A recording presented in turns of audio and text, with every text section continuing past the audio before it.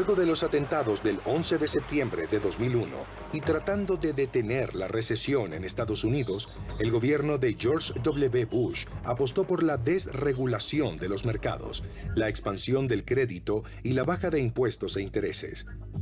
Las medidas generaron un boom inmobiliario. Los bancos otorgaron hipotecas de forma desmedida a clientes sin la capacidad suficiente de honrar los préstamos. En la conciencia colectiva se ha instaurado que la economía es una ciencia capaz de predecir el futuro y que sobre todo la economía capitalista posee la fuerza suficiente para regularse a sí sola. Sin embargo, esta premisa clásica de la mano negra del mercado o mano invisible del mercado de Adam Smith se ha venido abajo.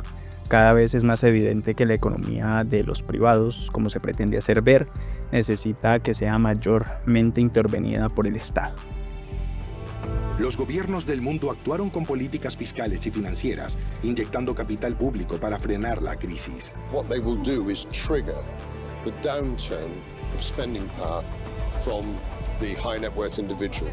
They will stop spending altogether almost, and the rest of us, instead of going for lunch or dinner and drinking 2 bottles of wine, will drink one. Siendo así, cabe que nos preguntemos, ¿puede decirse que las ciencias económicas son realmente ciencia? A pesar de que carece de leyes universales de aplicabilidad en todos los contextos económicos, ¿existe acaso un problema en la metodología de la economía para hacer ciencia? Mi nombre es Cristian Gallego y en este video lo descubriremos. De acuerdo con Harvey Vivas, la economía, al igual que las demás ciencias sociales, no se escapa de las permanentes reflexiones sobre sus métodos, alcances y bases de construcción. Y es que es necesario que esté en permanente estado de reflexión sobre sus formas de hacer las cosas, pues de las decisiones que se tomen en las ciencias sociales dependen en la vida presente y futura de millones de personas. Las ciencias económicas han intentado copiarse de la física para crear también leyes universales con aplicabilidad en todos los contextos económicos, a partir de una base única de entendimiento.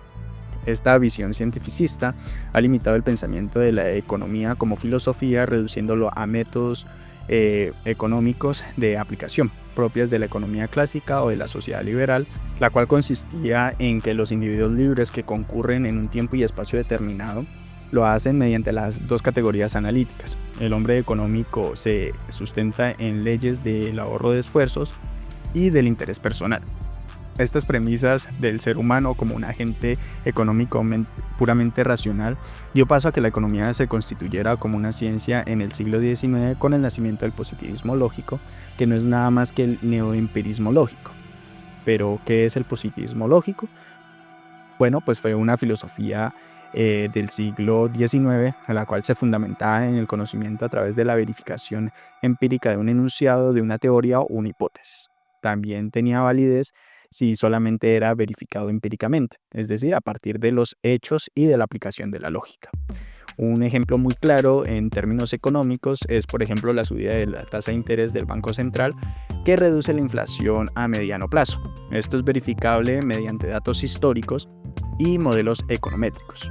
Por otro lado, lo que no es verificable para el empirismo lógico es, por ejemplo, el tema de la justicia social en la distribución de la riqueza o redistribución de la riqueza, lo cual no existen métodos empíricos para analizar lo que es justo o lo que no.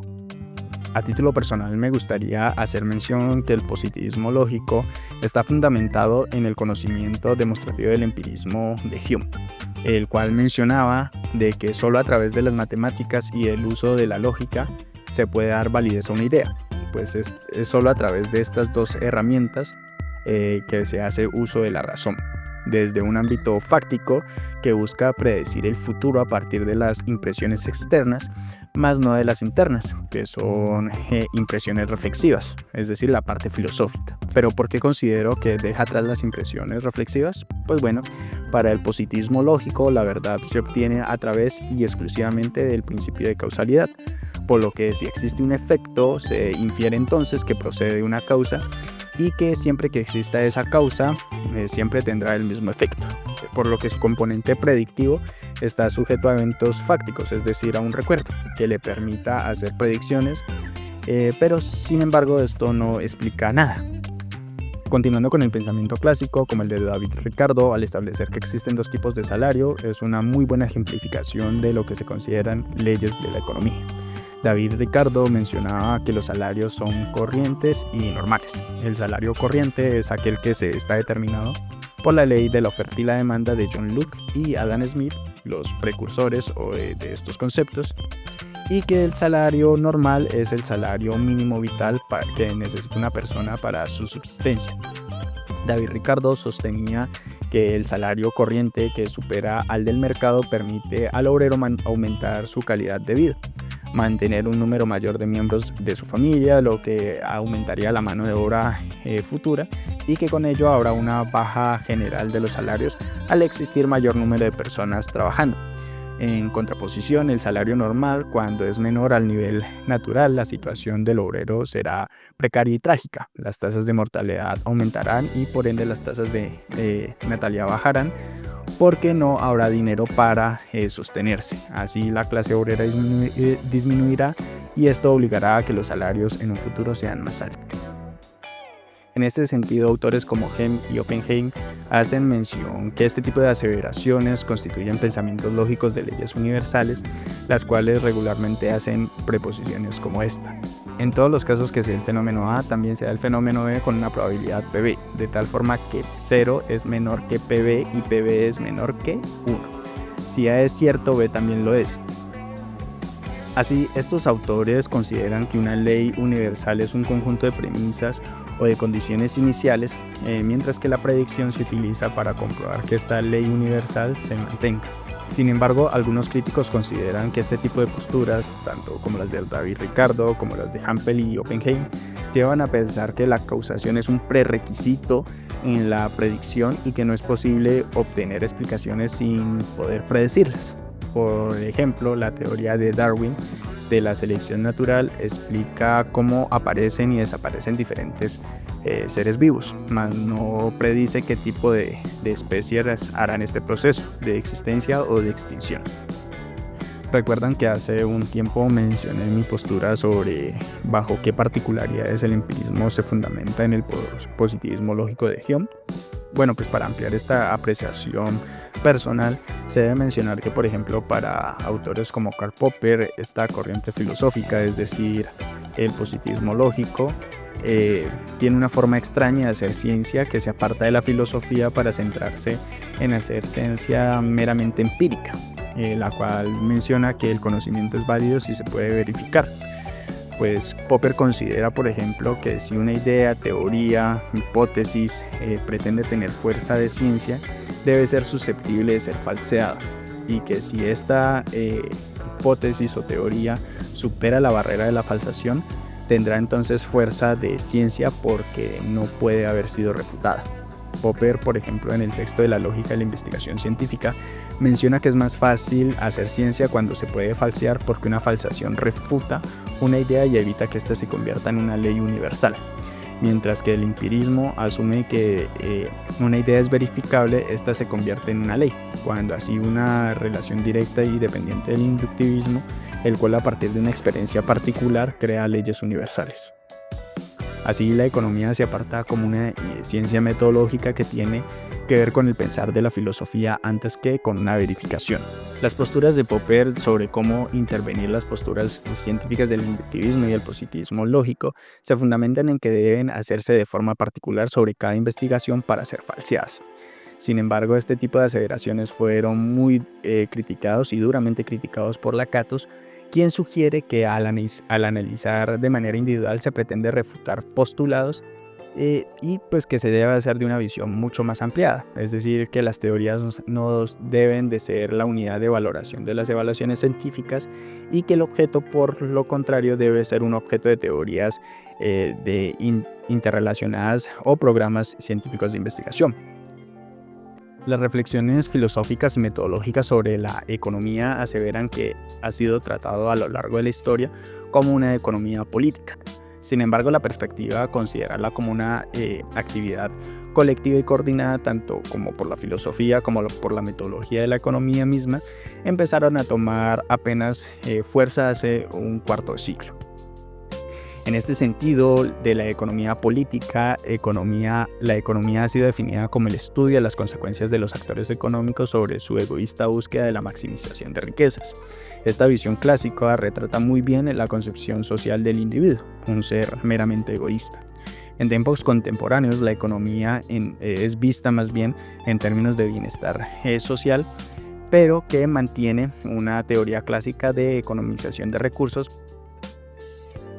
Este tipo de perspectivas clásicas dejan entredicho cuál es la metodología esencial de la economía, pues su visión es exclusiva del actuar individual de las personas, por lo que sus postulados, desde luego metodológicos, también serán así, reduccionistas e individualistas.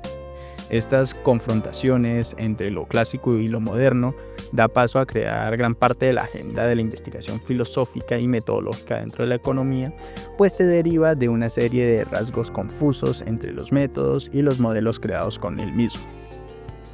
En la actualidad, la filosofía en la economía como ciencia y por ende en su metodología es mucho más importante, debido a la necesidad de la interdisciplinariedad para la fiabilidad de la ciencia como ciencia. Sin embargo, esta unificación interdisciplinaria de varias de sus ramas y de sus teorías, aunque sostienen y acumulan gran vigor académico y es soportado por economistas, es incompleta. Por ejemplo, la teoría del mercado versus las teorías de desarrollo.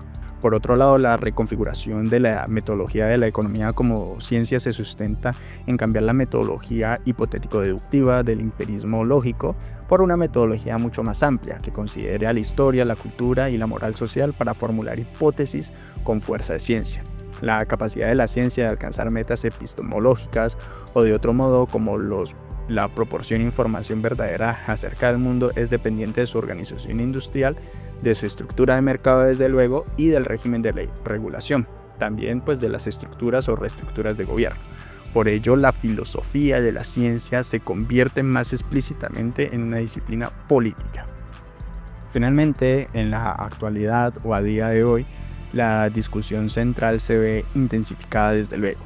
En tiempos contemporáneos, eventos como crisis financieras, desigualdades sociales o desigualdades extremas, al igual que los desafíos globales como lo son las pandemias y los cambios climáticos, exponen crudamente los límites de la metodología de la economía, que se ha aislado de la reflexión filosófica y de la ética. La pretensión de predicciones puramente matemáticas y modelos universales muestran desde luego una fragilidad bastante relevante ante las realidades complejas y dinámicas sociales globales. La economía actual desde luego no puede separarse de una dimensión normativa, pues es importante preguntarse para qué y para quiénes el crecimiento económico es importante. La filosofía es indispensable para cuestionar estos aspectos y los fines, pues integra varios valores como la justicia distributiva y la sostenibilidad, al igual que para reevaluar los fundamentos mismos de los indicadores de bienestar. La interdisciplinariedad ya no es una opción, es una obligación.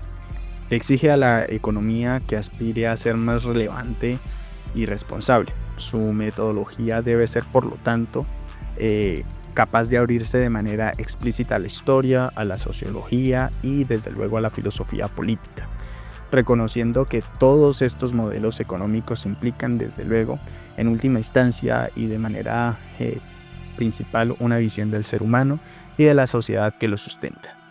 Muchas gracias.